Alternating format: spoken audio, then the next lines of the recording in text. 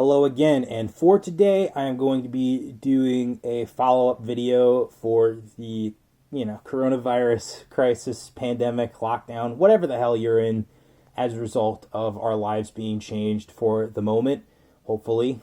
And yeah, it seems that, again, this has been another case of never let a good crisis go to waste, as, all of the elites just line up to remove our rights, put restrictions on our daily activities, monitor us as we go about and do our thing. And the overall thing that I am noticing is that the people who buy this line of thinking essentially just do as they're told. These are the people who, when the elites say, just shut up and obey, that they are willing to listen to the letter of the command.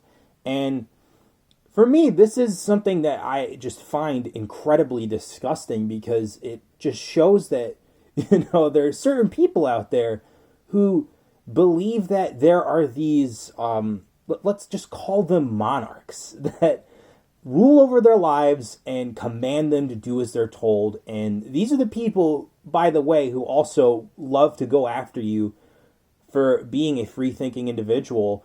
And yet, when you confront them on the fact that they cannot think for themselves, they will spurg out, they will lash out at you for being, somewhat of, at least on a basic level, a do-it-yourself kind of person.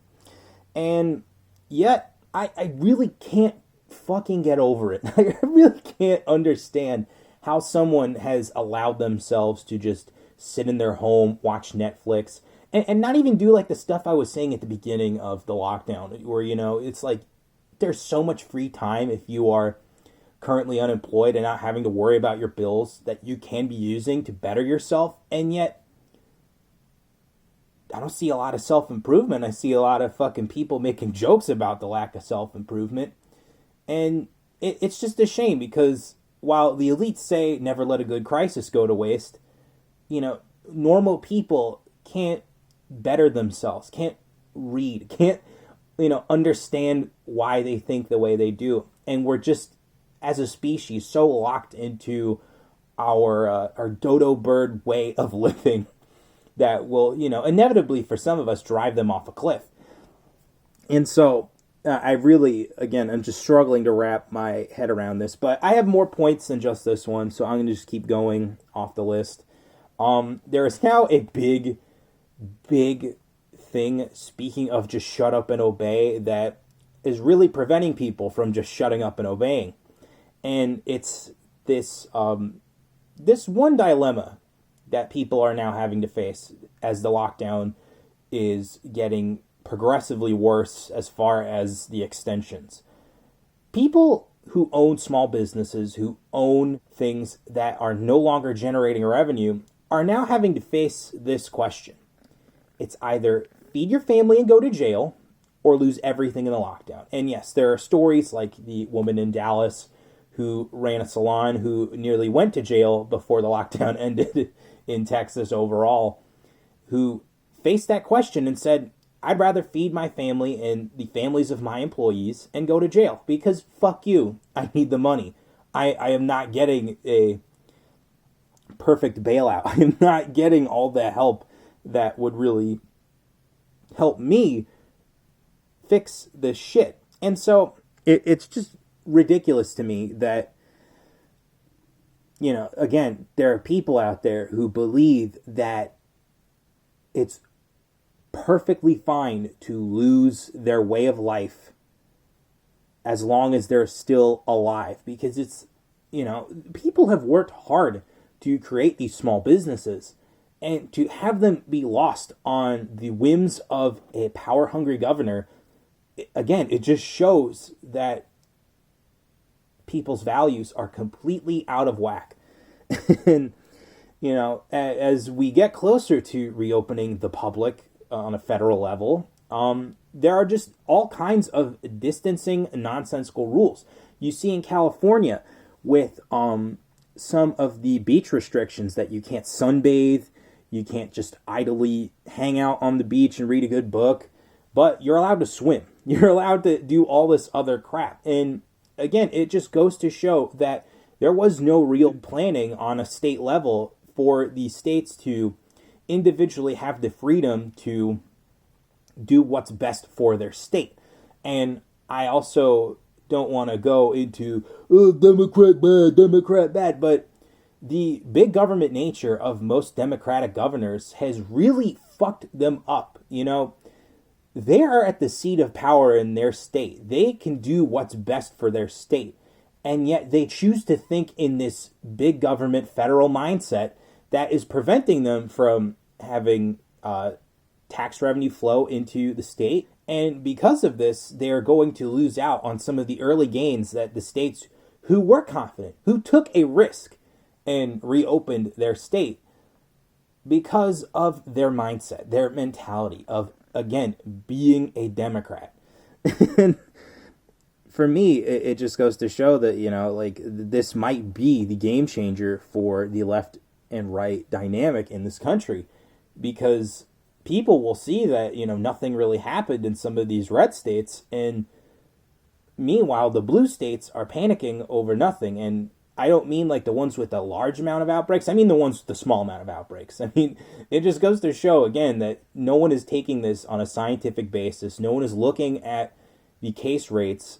No one is looking at the mortality rates and making the clear decisions that they need to be making in order to save the revenue of the state, the revenue of the citizens living in that state who need that income to survive.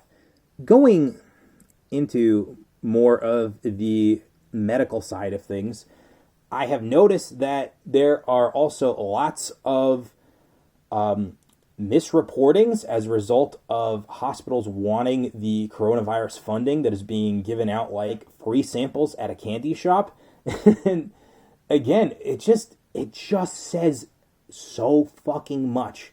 It just says so much that, you know, if you're not going to report the real numbers of people being infected with this one specific disease, or even better, just separating who gets diseases that actually kill them as a result of getting the coronavirus, it just shows that you're a corrupt person and that you are going to burn when this is all over. And so I really don't know what to say to those people other than talk about who will really burn, which is, of course, journalists, the media, because Project Veritas found their first real big scoop in coronavirus corruption, and that was this fake CBS story in which they asked hospital workers to get in their cars in order to make the line at this one specific hospital look way bigger than it is. You probably have already seen the story if you've come to this channel, but I just wanted to talk about how, again, if the media wants to still exist after this, this is the absolute worst way to do it. Because much like with trust in leadership in certain areas of society being overall down, the trust in media is already at, you know, nearing the end of the bottomless pit. And it will just descend into some kind of negative zone after all this shit, because, man, like, it's just so mind-blowing to want to capitalize off of people's suffering overall. You know, I don't understand the level of corruption that you have to be in your mind in order to want to extend people's suffering way fucking longer than it needs to be. And this Project Veritas and CBS debacle really shows, again, just how fucking awful the media has been, not only in this crisis, but since for fucking forever, it seems like. And so I'm going to go into my final point in something that I've already stated, in that, yes, trust in leaders is down overall. I feel that more and more people in government are starting to question handing off the decision-making to this non-elected group, which is the Coronavirus Task Force, and specifically having the face of the response be Dr. Anthony Guinea Fauci. To me, it's just really ridiculous that this one guy who has all of these, again, these specific financial ties into certain medical treatments and certain biolabs, and have him be the face of the response. It's like when Barack Obama picked Timothy Geithner, one of the architects of the 2008 financial crisis, to be the Secretary of Treasury for his first term. It just makes no sense unless you think that the person who is responsible should clean up for the mess. But if you're being elected to clean up for a mess, you're just giving a wholly corrupt individual the power to make it worse. And so, in conclusion, I don't know what I'm going to say 2 weeks from now when I follow up again. I really do hope things improve, but I am not optimistic whatsoever. I think more people, at least in my life, will come around as the lockdowns just keep getting extended. And again, for no fucking reason. We now have even more data to suggest that it really only affects the very old. And, we obviously already have the outlier cases as well. So those are the only people, again, who should be concerned with their lives. Everybody else should be able to resume some kind of normalcy, even if it is having to still go out, waiting in a line, keeping 6 feet of distance, wearing a mask.